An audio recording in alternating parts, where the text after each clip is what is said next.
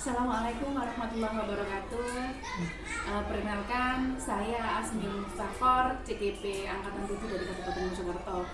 Pada hari ini, saya akan melakukan wawancara dengan Bapak Kepala Sekolah dari SDN Mundasari untuk memenuhi tugas demonstrasi konseksual. Assalamualaikum warahmatullahi wabarakatuh, Pak. Waalaikumsalam warahmatullahi wabarakatuh. Ngapunten mengganggu waktu panjenengan hari ini. Kemudian Pak, untuk hari ini saya akan melakukan wawancara oleh panjenengan selaku kepala sekolah dari SDN Mundasari. Langsung mawon ya Pak. Langsung mawon. Dalam selama bertugas di sini Pak, saya ingin mengetahui tentang bagaimana Bapak dapat mengidentifikasi kasus-kasus yang merupakan dilema etika atau bujukan moral.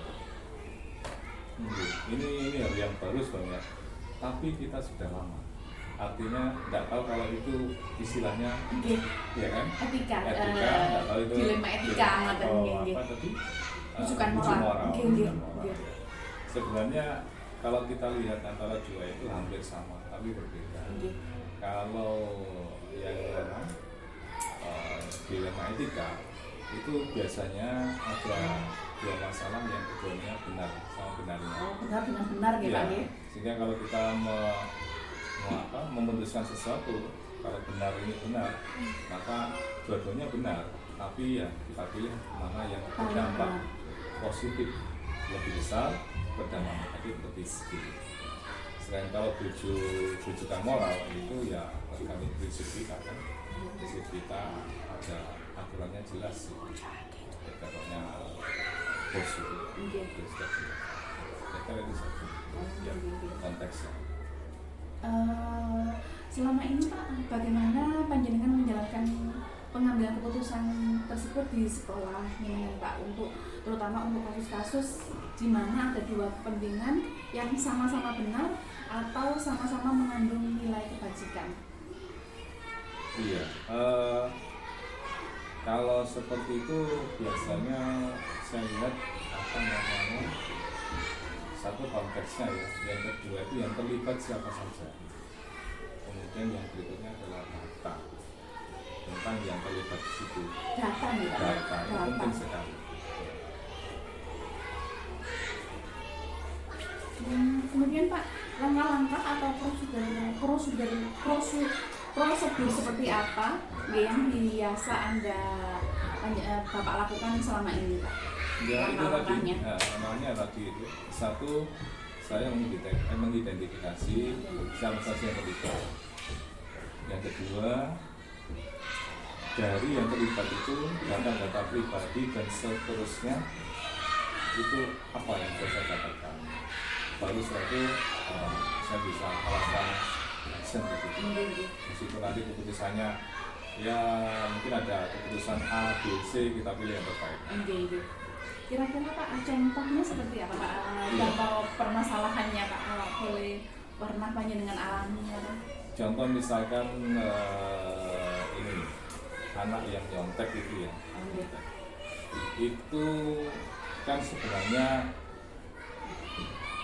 tidak harus kita judge bahwa itu langsung salah, ini nggak bisa.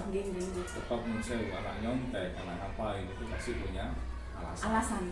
Sama dengan yang kasus di sini Jepun itu. Itu nggak bisa. Kan banyak teman guru yang kan dikeluarkan saja. Langsung dijudge gitu ya Pak. Pasti anaknya. Ya terus yang menerima nggak ada, terus kayak sekolah nggak. Nah makanya kita harus tahu dulu kenapa anaknya melakukan seperti itu. Dan ternyata betul kan datanya. Jadi kita lihat data dari temannya, ternyata temannya juga terpecah dua ketika saya tanya. Kan nggak tahu teman-teman guru kan. Saya ambil sampel saja satu teman, ternyata beda. Yang satunya bilang, enggak Pak, itu yang marah itu ini, jawaban siapa? Yang lainnya itu Pak jawaban ini, kan beda sudah. Kemudian saya ambil beberapa orang guru, teman guru. Kemudian saya ajak wali kelas dan guru visit. Ternyata betul kan, Kenapa anak ini melakukan itu? Karena perlakuan orang tua terhadap dia sebelumnya yang menjadikan dasar seperti itu ya Pak. Dia punya sifat seperti itu. Nah ini yang perlu dari itu kan kita akhirnya tahu oh ini permasalahannya dan ada solusi. Hal-hal apa saja Pak yang selama ini panjenengan anggap efektif untuk mengambil keputusan pada kasus-kasus dilema etika yang lain Pak? Data dan fakta yang ada.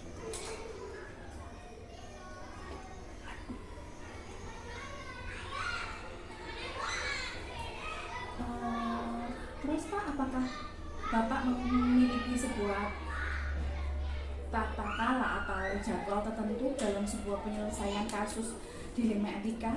Terus kemudian apakah Bapak langsung menyesuaikan di tempat atau memiliki sebuah jadwal untuk menyelesaikannya?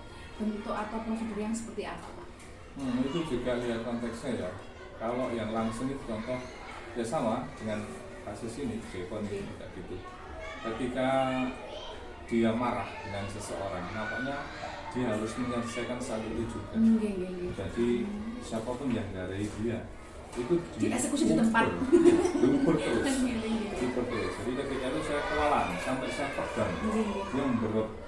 Makanya dari itulah saya langsung berpikir, oh berarti bukan dia yang harus saya pegang mestinya, korbannya. Ya, berarti yang Gustaf dulu. Gustaf yang garai sih. Akhirnya ya Gustaf yang saya rangkul, terus saya masukkan sini. Meskipun waktu itu ada orang tua yang mengatakan, Pak bukan itu yang salah. Tadi Jevon, oh iya tenang saja, saya ngomong hukum anak ini kok, hanya saya selamatkan. Jadi dua-duanya itu anak kita, tidak boleh kita bedakan.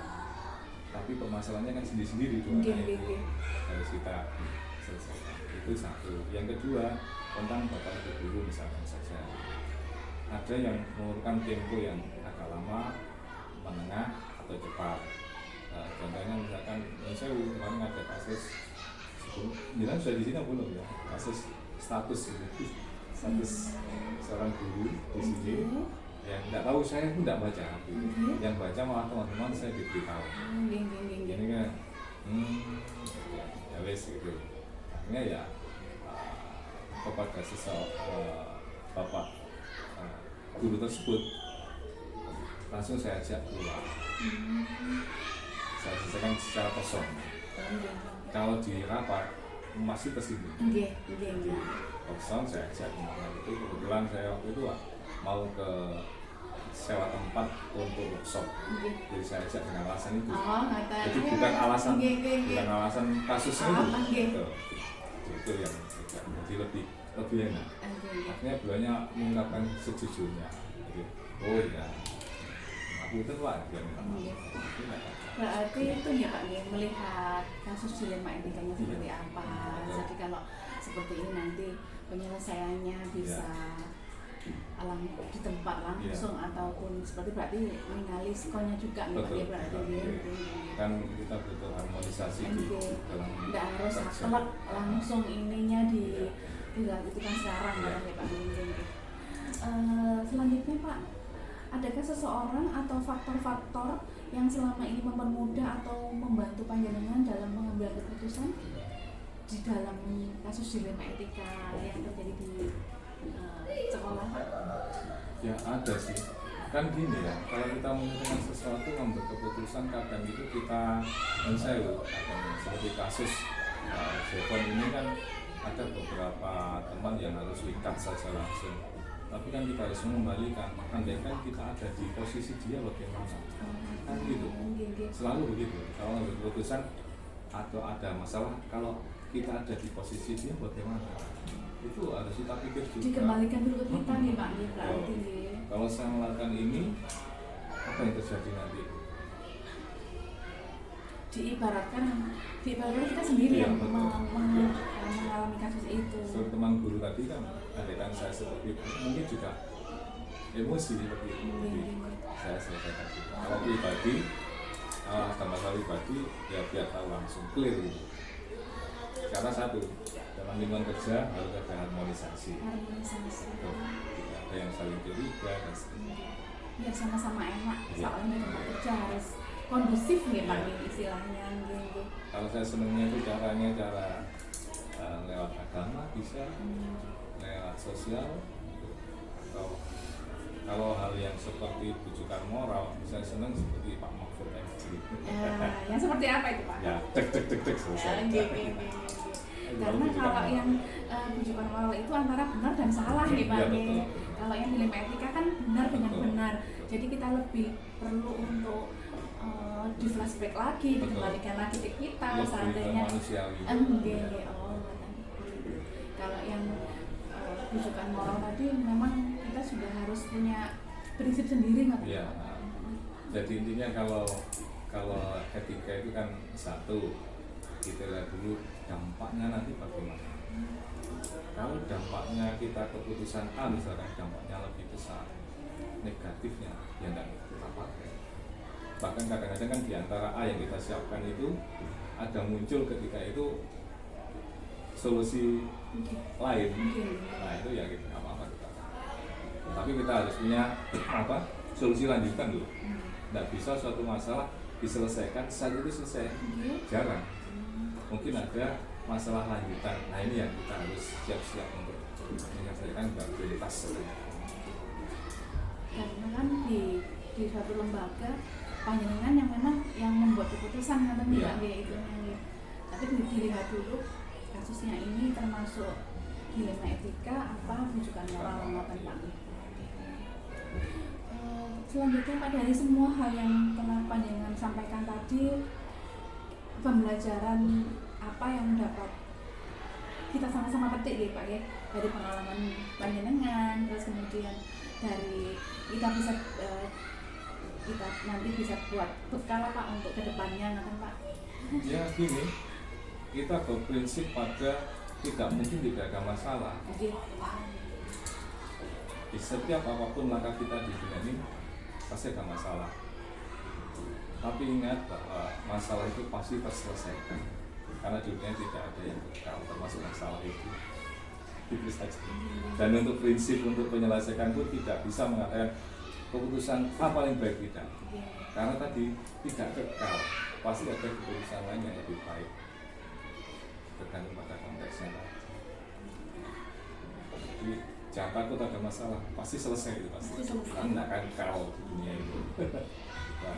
Bisa kita buat nih Pak nih kata-kata untuk hari ini. Oh iya. Kata-kata untuk hari ini nggih Pak. Itu saja yang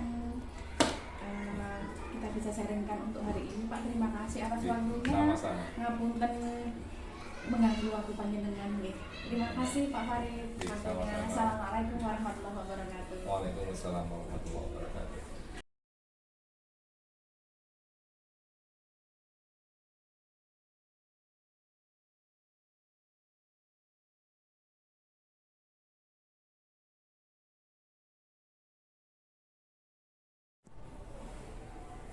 Assalamualaikum warahmatullahi wabarakatuh. Perkenalkan, nama saya Asmil Muftakhor, CGP Angkatan 7 dari Kabupaten Mojokerto. Pada hari ini saya akan melakukan wawancara dengan salah satu teman saya. Dulu teman saya, sekarang beliau sudah diangkat menjadi kepala sekolah di SDN Awang-Awang, Kecamatan Mojosari. Langsung saja kita ke beliau. Monggo pemain. Terima kasih. Assalamualaikum warahmatullahi wabarakatuh. Waalaikumsalam warahmatullahi wabarakatuh. Terima kasih Bu Emil. Saya memperkenalkan diri dulu. Nama saya Maimanah. Mulai tahun 2022 kemarin saya ditugaskan ke SDN Awang-Awang ini. Ya dulunya ya join dengan Bu Emil dalam menggulawentah anak kelas 6. Selama 7 tahun saya di SD Mojosari untuk mendampingi anak kelas 6. Nah, sejak tahun 2002 kemarin saya dialihfungsikan, diberikan amanah untuk menjalankan roda kepemimpinan di SDN Awang-Awang.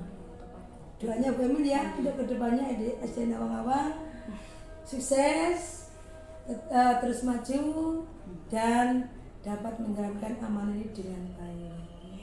Itu perkenalan saya. Mungkin bisa dilanjut.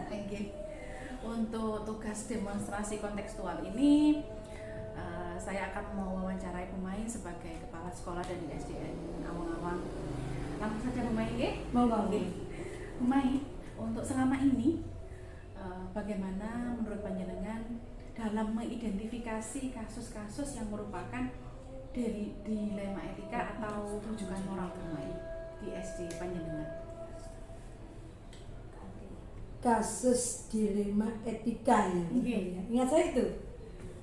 Dilema etika itu bagi saya suatu peristiwa atau suatu kondisi yang seandainya saya telusuri secara detail, ini merupakan kasus yang beban moral ya. Bisa dikatakan dilakoni ku yo kena, gak dilakoni yo kena, diputus no kena, on akibatnya gak diputus yo akibatnya. Cara Jawa ibu ya. Itu pertama yang dilakukan. Jadi kalimat saya terkait dengan problem dilema etika ini merupakan perkara yang sulit dipecahkan, tapi memang harus dilakukan.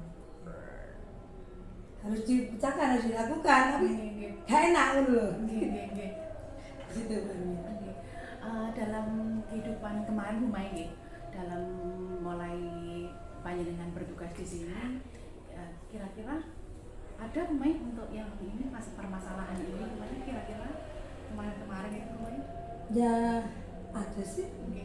Setiap lembaga itu tidak lepas dari itu. Saya aja kalau kita berteman dulu mesti ada kok ya.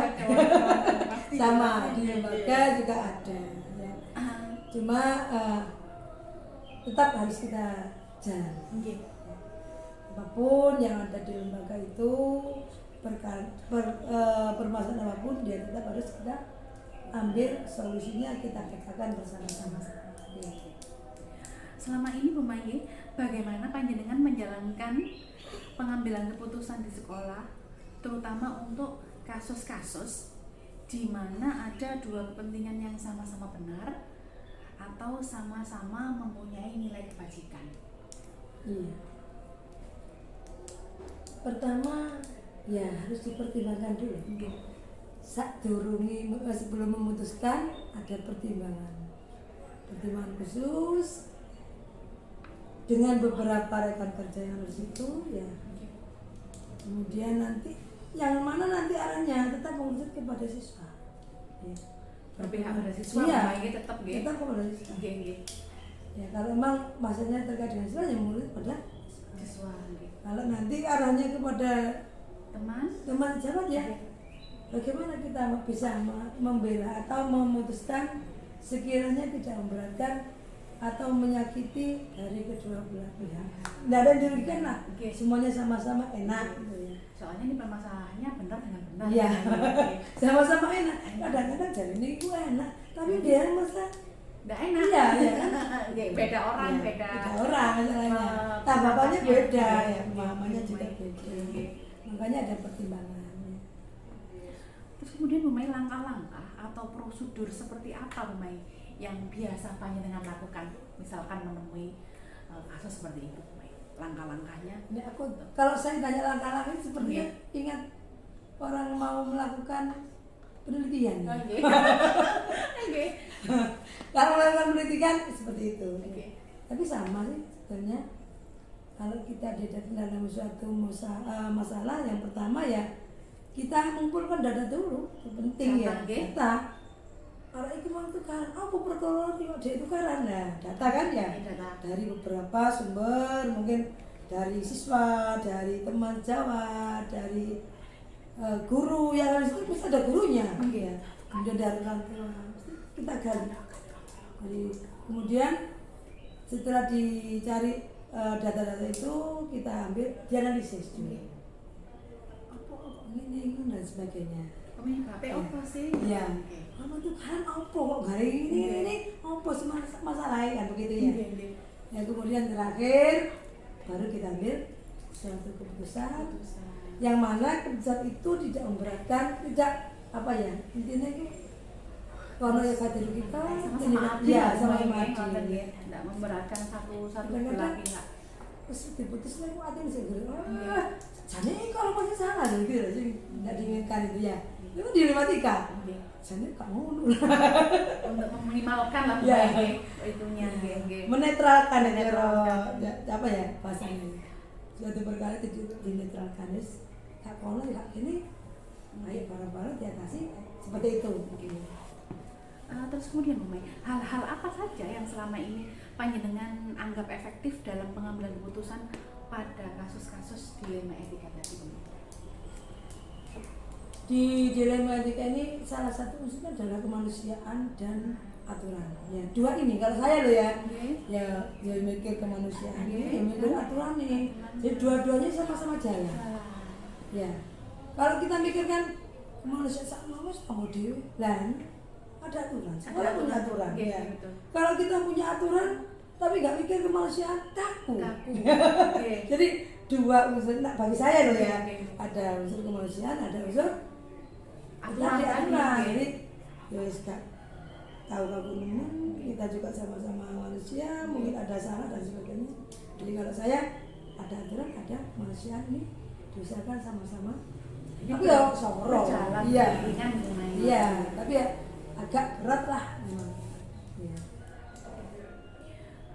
Terus selanjutnya Mumai, hal apa saja yang selama ini merupakan tantangan panjenengan dalam pengambilan keputusan pada kasus tersebut? Iya. Tantangannya seperti apa? Tantangan itu munculnya dari suatu kesalahpahaman. Ya, Oke. kalau masalah ini misalnya saya contoh yang ada di lingkungan saya di sekolah ini ya, yang saya hadapi sekarang ini kan adanya problem puasa di bulan Ramadan ini kan ada orang yang jualan di depan sekolah. Depan sekolah. Nah kadang itu setelah anak-anak pulang sekolah yang ke warung itu makannya di depan sekolah saya. Itu kan tantangan bagi saya. Mau saya ingatkan itu ya memang kewajiban saya harus ingatkan. Efeknya kalau saya ingatkan terus orangnya itu berbalik untuk sakit hati, nanti efeknya itu sekolah saya yang mau merusak dan sebagainya. Dan yang jualan juga gitu, saya ingatkan nanti timbul salah paham.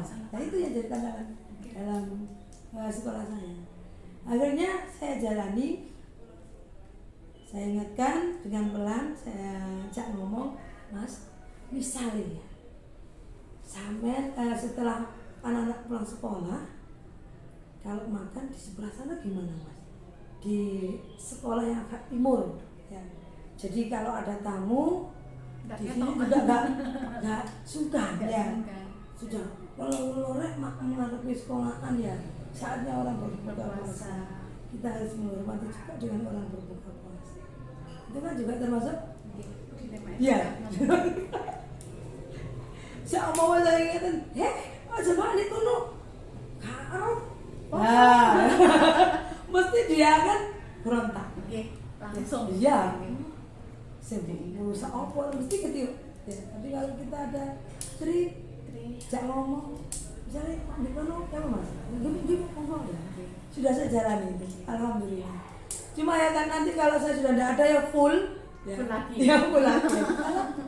Mau diingatkan bagaimana lagi karena sifat orang itu macam-macam ya. Tapi ada yang menyadari, oh iya ya di sekolahan saya harus pindah. Itu. Dengan kasus yang seperti itu, pemain, apakah panjenengan punya jadwal tertentu dalam penyelesaian kasus tersebut, pemain? Jadwal Tidak sih. Wadah. Karena apa peristiwa itu kalau tidak diharapkan datangnya seperti tiba-tiba ya. Saya mengkondisionalkan saja. Kalau memang peristiwa itu ada di depan umum ya kita tahan.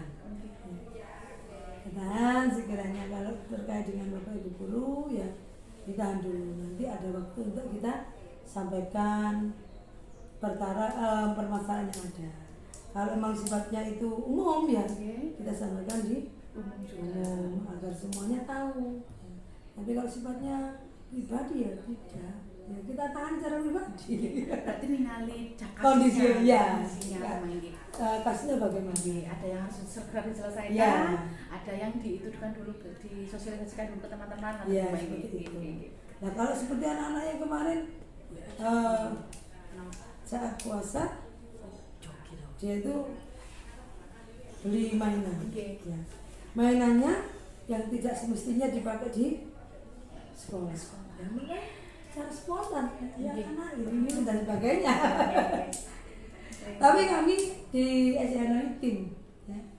Dan setiap keputusan tidak langsung saya Keputuskan sendiri ya, katanya. ya. Kita mesti berembuk. Nah sifatnya umum kita berembuk dengan rekan kerja yang ada di sini. Seperti itu Mbak Min. Terus Rumah, kira-kira adakah Rumah seseorang atau faktor-faktor yang selama ini mempermudah atau membantu panjenengan dalam mengambil keputusan tersebut Rumah? Orang yang Ada sih, ada yang ya. berperan penting gitu Ada dalam orang. ini. Tapi saya gini Bu Amin, di sini kan semuanya di bawah saya. Ada satu yang usianya di atas saya, Oke. ya. Walaupun usianya di bawah saya, kalau memang dia kompeten dalam atau intinya apa ya, Bisa real, membantu keputusannya ya, panjenengan. Oke. keputusan itu real dan bisa diterima, ya saya jawab lah. Jadi saya nggak memandang Senior siapa maupun dia, junior. enggak. Oke. Kalau keputusannya masuk akal dan dari diterima ya saya jawab. Intinya saya mengedepankan dalam suatu keputusan Lembaga ada, itu. ya, Oke. musyawarah. Musyawarah. Ya. Itu kan dari yang sesuai dengan Al-Qur'annya kan ada.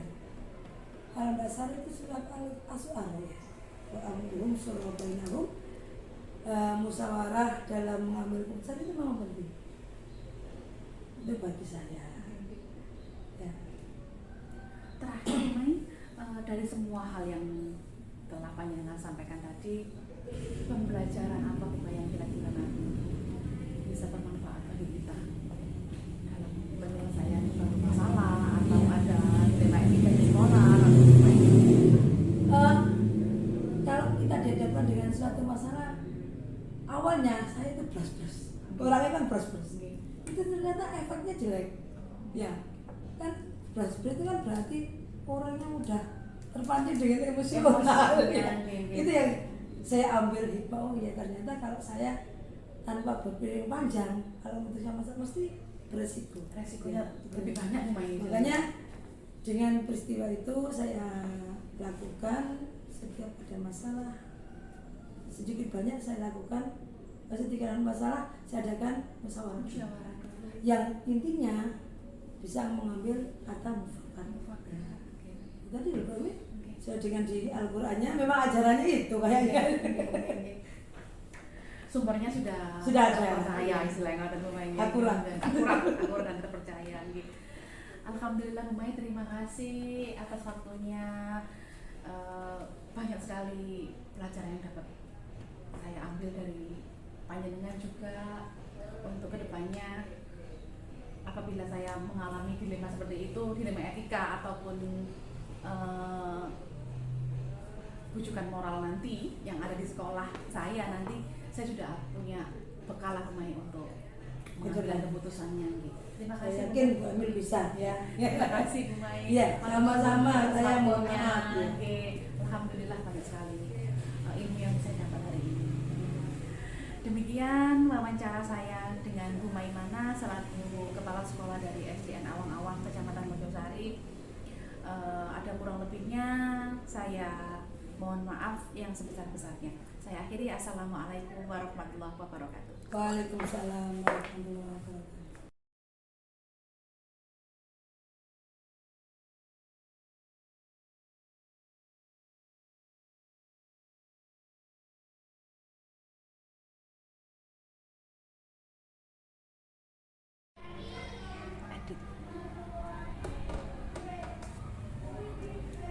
Assalamualaikum warahmatullahi wabarakatuh.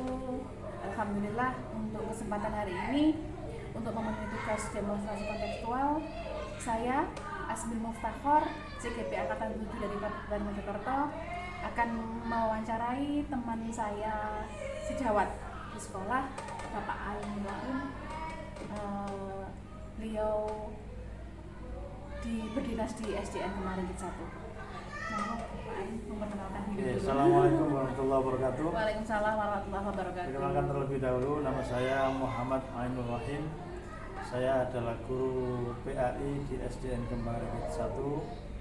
Kebetulan di sini adalah sebagai teman sejawat sekaligus sebagai guru dan kepala sekolah. Antara hubungan saya dengan Bu Enu adalah guru dan kepala sekolah.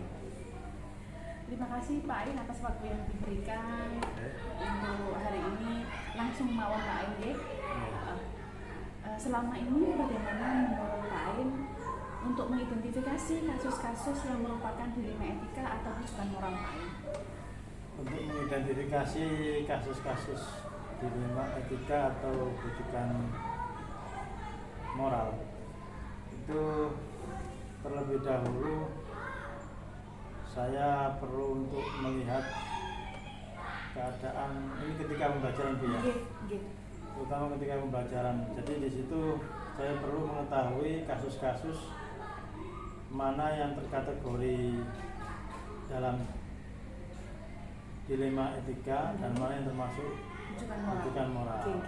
Karena dilema etika itu kan di situ terkandung pertentangan antara nilai-nilai seperti nilai kebenaran lawan nilai kasih sayang, keadilan lawan apa mungkin kesetiaan dan lain-lain.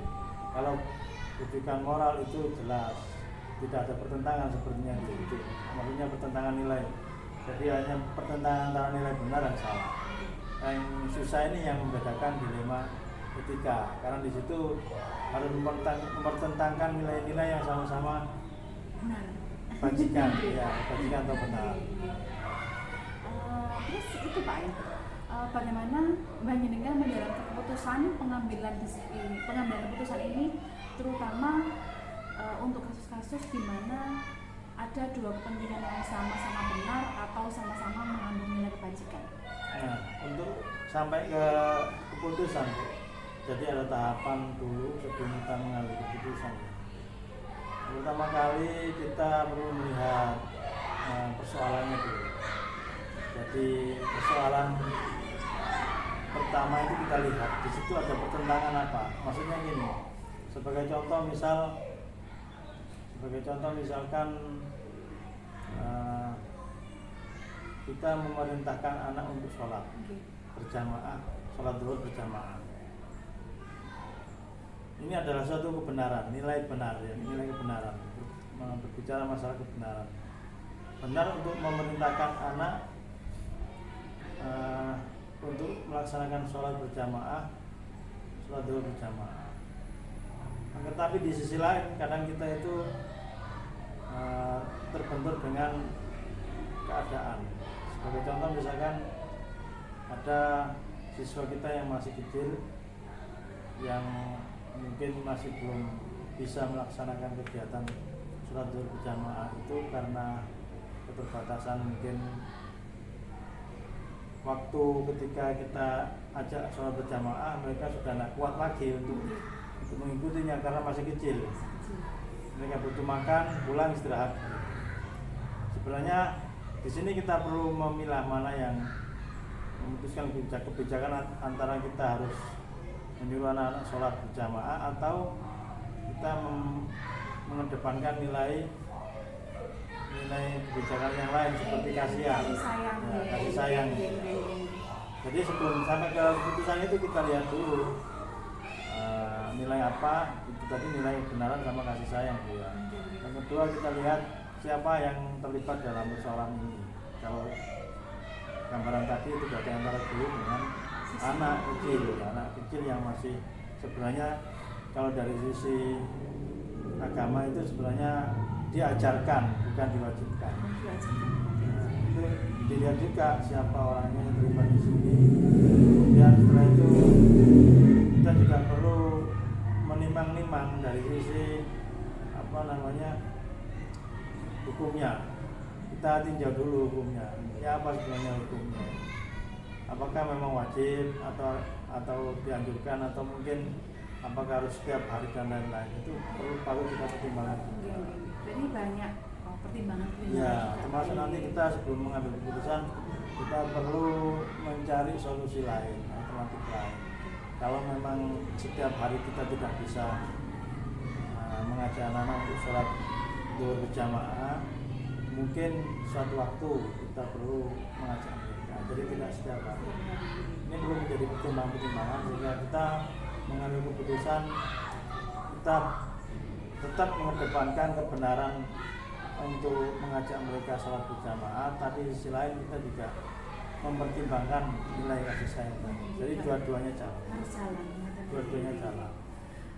Selanjutnya kalau memang seperti itu Pak En, langkah-langkah apa yang langkah-langkah atau prosedur seperti apa yang bisa panjenengan terapkan untuk melakukan itu? Ya, jadi tadi saya jelaskan sedikit.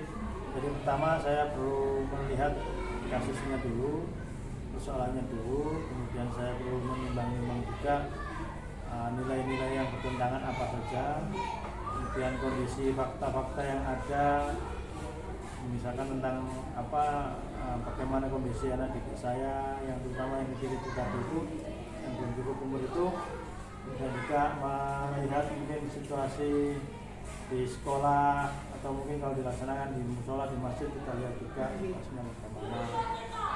Dan sampai kita kemudian diskusi dengan guru-guru yang lain, dengan murid-murid, sehingga kemudian nanti kita bisa membuat sebuah kesimpulan atau mungkin kalau keputusan kalau memang itu bisa dilaksanakan, bagaimana caranya. Kalau tidak bisa dilaksanakan, mungkin sebelum tidak dilaksanakan ada alternatif yang lain. Ada melihat situasi yang dulu. Hal-hal apa yang selama ini panjenengan anggap efektif dalam pengambilan suatu keputusan tersebut? Paling efektif untuk mengambil keputusan itu adalah mempertimbangkan istilahnya itu resolusi paling efektif. Artinya resolusi itu kompromi terhadap pertentangan nilai tadi. Jadi kalau misalnya ada pertentangan seperti itu, maka kita perlu untuk mendiskusikan hal tersebut baik kepada yang bersangkutan yang kita ajak tadi itu atau kepada orang-orang yang lain. Sebagai contoh yang lain misalkan tentang pemberian materi pembelajaran pada anak. Ada dua kelompok anak, satu sudah mampu memahami, menguasai kompetensi yang dituntut, yang satunya masih belum. Ini kadang-kadang kita perlu membuat semacam keputusan yang memang kadang-kadang dilema juga. Kalau kita membuat keputusan misalkan kita ganti bab misalkan, ini kasihan yang belum bisa mengertilah materi. Ya, kalau kita tidak memutuskan ganti bab, ganti pelajaran, misalkan ini yang sudah menguasai bisa protes. Ini kan antara dilema istilahnya itu mungkin jangka panjang jangka pendek. Jadi sama-sama benarnya sebenarnya, sama-sama benarnya. Mana yang ini perlu kita resolusi. Jadi di sini perlu kompromi antara yang kelompok yang sudah menguasai sama yang belum. Solusinya kita diskusi sama mereka, kira-kira yang sudah menguasai kompetensi ini maunya apa, supaya tidak sampai meninggalkan yang belum menjabat. Itu termasuk itu nih Bang ya, tantangan juga untuk mengatasi itu nih, tantangan banyak yang sekali muncul, ya, banyak sekali tantangan dalam pembelajaran yang dihadapkan di dilema etika, banyak sekali. Yang terpenting kalau saya itu kalau sudah kompromi berarti yang kelompok A sama kelompok B ini sama-sama jalan, sehingga nanti sama-sama saling melengkapi. Berarti nanti kalau dalam proses pembelajarannya termuat di situ itu ada diferensiasi pembelajaran Pak. Ada diferensiasi pembelajaran yang itu kita sudah lacak dulu di asesmen diagnostiknya. Apakah panjenengan mempunyai jadwal Pak Ain untuk penyelesaian kasus tersebut? Ya, untuk penyelesaian yang sifatnya sederhana itu kita alokasikan jadwalnya. Mungkin ketika kita menghadapi persoalan seperti itu, kita langsung hadapi itu. Ketika itu persoalan itu tidak selesai di saat itu juga, maka kita perlu jadwal. Maksudnya kita perlu programkan kira-kira ini nanti harus selesai dalam berapa minggu masalahnya. Kalau masalah seperti tadi, seperti suatu kejangan, karena saya pikir itu perlu komunikasi dengan orang tua dan lain-lain, maka itu perlu waktu, perlu jadwal. Kapan saya harus ngomong sama orang tua, dengan guru kelas dan kepala sekolah dan lain-lain. Berarti melihat contoh masalahnya. Melihat ya kan kompleksitas problematikanya. Kalau selama panjenengan mengajar itu Pak Ain, kira-kira tantangan terbesar apa Pak Ain yang pernah panjenengan alami? Tantangan yang terbesar lah yang pernah terkait dengan pembelajaran dilema anak-anak. etika. Tantangan terbesar ketika belajar memberi nilai. Memberi nilai. Itu paling sering kali terjadi dan paling susah untuk untuk diputuskan. Kenapa? Karena di sisi lain kita itu kan juga melihat bahwa anak itu dalam pembelajaran itu kan sebuah proses. Namanya proses itu kan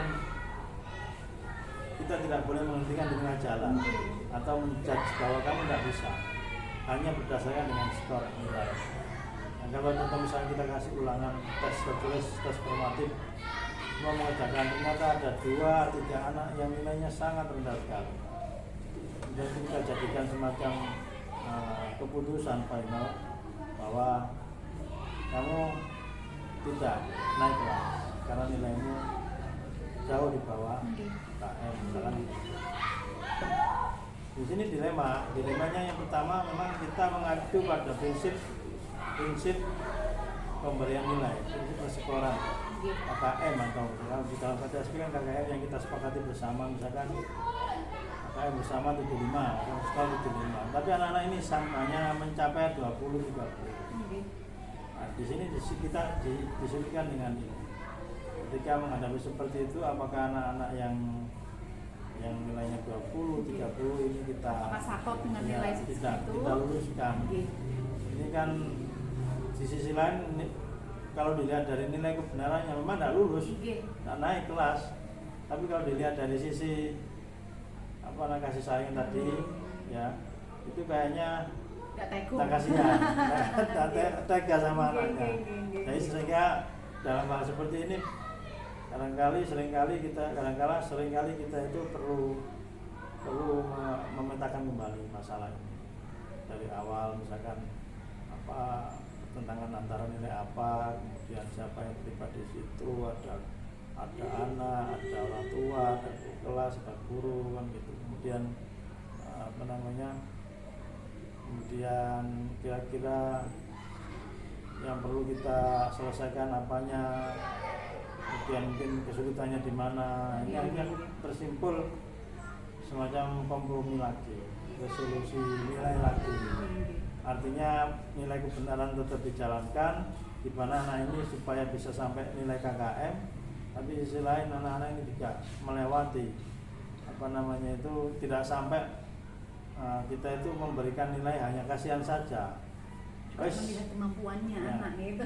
Kalau 20 udah tak kasih 75 supaya naik, tapi tanpa proses. Nah ini kan nanti bertentangan dengan nilai kebenaran yang lain, yaitu keadilan. Yang lain belajar dapat nilai 80, ini nggak belajar memang dapat nilai 20 tapi dikasih nilai 80 KKM kan bertentangan dengan nilai keadilan. Oke. Berarti itu Pak NGH memang harus berjalan selaras gitu. Iya, harus selaras. Jadi semua memang kita hidup memang nggak luput dari yang namanya pertentangan benturan nilai itu pasti terjadi dimanapun, di kelas, di sekolah atau di lingkungan masyarakat. Pasti itu. Tadi kan panjenengan kan bilang kalau dalam menyelesaikan suatu permasalahan itu dilihat dulu permasalahannya bisa diselesaikan sekarang apa mboten gitu kan gitu. Bentuk prosedur apa Pak yang kira-kira yang biasa panjenengan pakai, prosedur yang bagaimana? Prosedur penjadwalan. Oh, jadwalan gitu. Ya, prosedur penjadwalan. Jadi kadang-kala kita itu membuat rencana kerja. Jadi misalkan hari ini saya menemukan masalah apa saja di kelas tadi waktu belajar mengajar itu.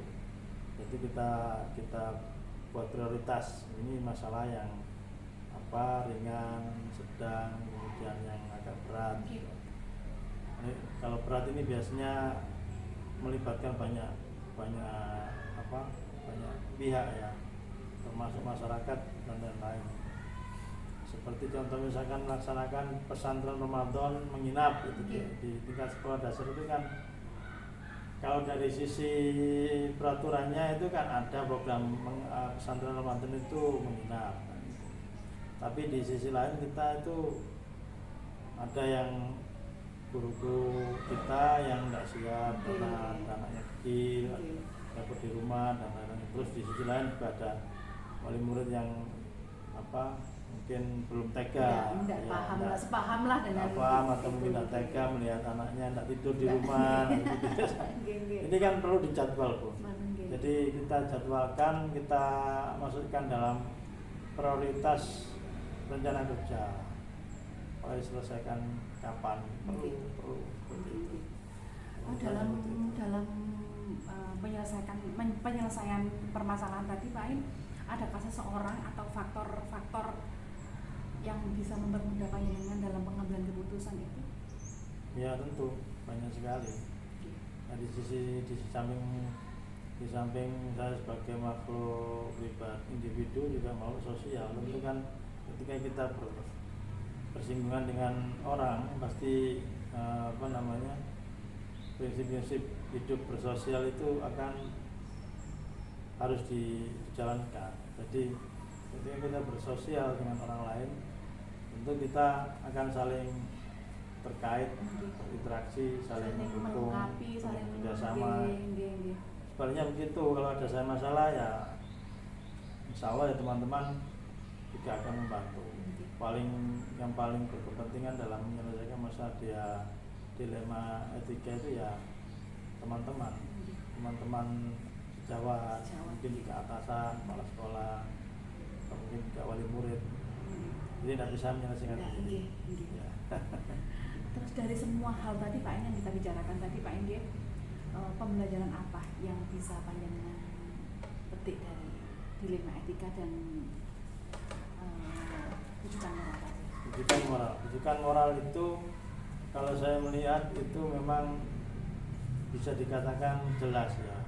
Faktanya jelas, ada yang salah ada yang benar. Itu pun terkadang kita kalau untuk mensikapi rujukan moral itu kita juga perlu melihat keadaannya juga. Sama dengan ketika kita menyelesaikan dilema etika. Jadi pendekatan yang pertama kita lihat bagaimana keadaan masalah atau konfliknya itu. Misalkan kalau sama-sama rujukan rayuan menyelesaikan antara yang benar dan salah terhadap misalkan silang pendapat. Terkadang orang itu merasa dirinya benar padahal itu salah. Sebaliknya begitu. Nah, ini kita juga harus bijak untuk bisa menyikapi itu. Bagaimana untuk bisa menjelaskan menyelesaikan antara yang benar dan salah ini dengan tanpa membuat mereka tersinggung atau merasa menolak, artinya tidak sadar kalau melakukan kesalahan. Jadi kita perlu lihat persoalannya bagaimana, pendapatnya mereka bagaimana, kemudian mungkin kalau kita bisa meluruskan itu bagaimana cara meluruskannya, memberikan argumentasinya bagaimana, sehingga akhirnya jelas mana yang benar mana yang salah. Nah, sebenarnya kalau kita bisa memberikan perlakuan yang baik dalam menunjukkan atau memutuskan ini benar dan salah, insya Allah ya mereka terima. Terlebih yang lebih sulit lagi ketika di dilema etika, karena sama-sama benarnya, sama-sama benar, sama-sama merasa ingin didahulukan. Itu kan seringkali terjadi di situ. Jadi saya pikir untuk menyelesaikan keduanya itu kita harus butuh istilahnya bagi kebijakan kita harus betul-betul bijak melihat situasi semuanya secara total, kemudian melihat siapa saja yang berkepentingan di situ, kira-kira menurut sisi aturan bagaimana. Kalau kita dibalik, misalkan kita sebagai mereka, kita di sisi mereka bagaimana, itu patut kita pertimbangkan juga. Terakhir mungkin juga tadi yang namanya solusi alternatif. Kalau memang benar-benar sama-sama benarnya, kita harus cari solusi alternatif agar supaya keduanya bisa ketemu dalam bentuk keseimbangan atau resolusi dan lain-lain seperti itu. Baru kemudian kita putuskan. Jadi kalau seperti itu insya Allah enak. Mendapatkan suatu keputusan yang bisa diterima oleh semua pihak. Tuh, kadang-kadang orang kan memutuskan tidak melihat dari situ. Kecenderungan untuk merasa ini benar tanpa mempedulikan aspek kasihan, keadilan, kemudian penghargaan dan lain-lain, itu kan kadang-kadang akhirnya lebih dominan ke kebenaran itu, sehingga ini sampingan semua. Pokoknya benar, ternyata di sini ada yang nggak terima karena nggak mampu, karena Quran dan lain-lain. Saya pikir itu, Bu. Terima kasih Pak Ain atas waktu yang sudah diberikan. Iya, sama-sama. Semoga untuk kedepannya bisa bermanfaat bagi kita semua di lembaga kita juga. Demikian dialog percakapan saya dengan Pak Ain sebagai teman sejawat. Terima kasih atas dukungan dan semua partisipasi teman-teman di sekolah juga. Saya akhiri, assalamualaikum warahmatullahi wabarakatuh. Assalamualaikum warahmatullahi wabarakatuh.